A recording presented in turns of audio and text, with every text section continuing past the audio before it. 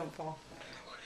Hey there, so I know it's been a while since I have put up a video regarding my furry situation, but I wanted to say that May 10th I realized that I have kind of gotten over losing my pup for the most part, as much as anybody I guess could get over something as traumatic as having to put your pet down. But I'm definitely doing better. My periods of crying come, I don't know, once a week, maybe, if that, maybe once every 2 weeks. I put the desktop picture up of Coop in her bed. That's a picture I shot like the morning of she was going to be put down, and I found that to be great comfort. It's life-size, so it's right there next to me. I have two monitors and one set up here, and so this one is set up like this, you know, and so I can see her all the time, and I like that. Lately I've been thinking that I want to get another dog, and everybody on Facebook is like, yeah, you need to get a dog, you need to get a dog. You'd be such a good mom. It's time. Other people are saying, you'll know when it's time. And that's what I keep questioning myself about, is I have always had a pet. Always, my whole life. And right now I'm struggling with the responsibility of maybe having a pet again. Because if I did get a dog, I would have to, you know, make sure that they were fed and watered and trained and pottied every day. Whereas if I can figure out how to be okay with not having a pet, I might be able to enjoy some of the freedom. But ultimately, I am a dog person, I am a pet person, and I'm probably going to cave. We had such a neat relationship. I think I really missed that relationship too, you know? I don't think about her day to day now. I don't. I think some of the resolution in my mind has been that she really was old and she was hurting, and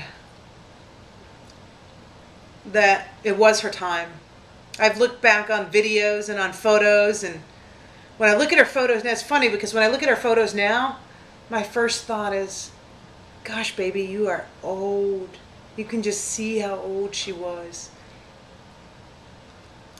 And when I see her younger pictures, I can see, you know, just how young and sprightly she was and full of life. And there was definitely a decline.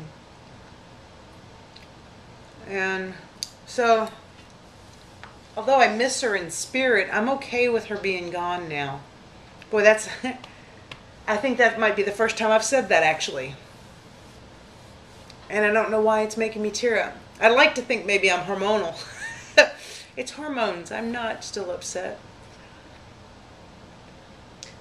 But I am. I think I'm okay with her being gone. I certainly miss her.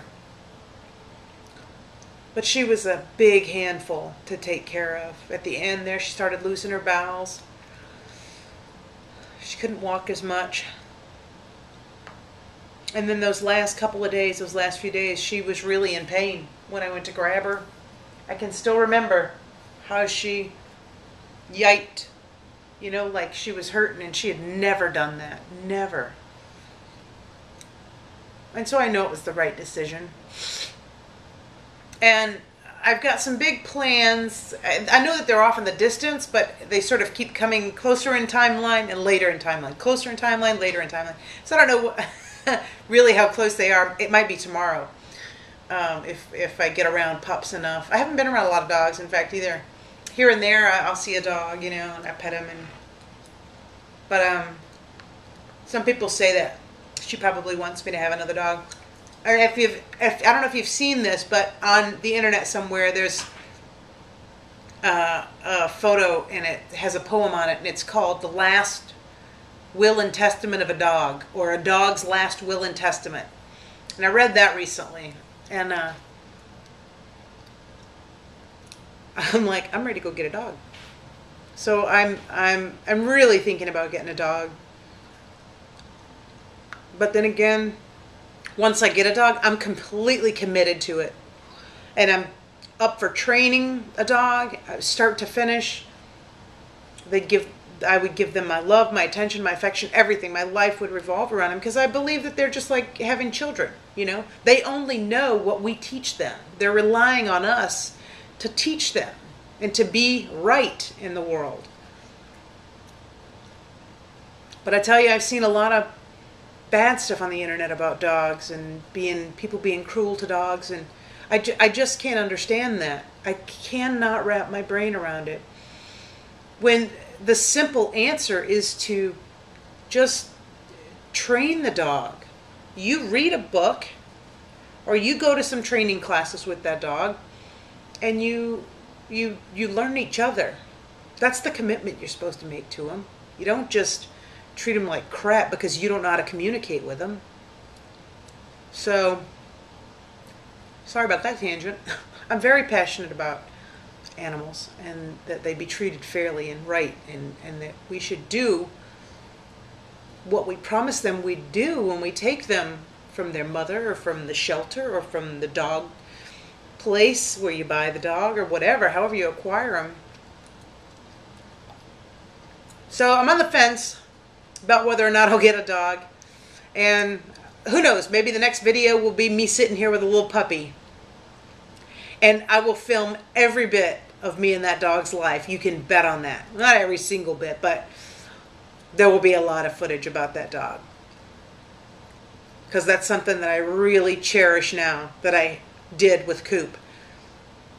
I wouldn't not want to have that footage now. So it's like gold. So anyway, that's a status update. I'm doing okay. I'm doing fine, actually. And with the consideration of maybe getting another dog. Another puppy.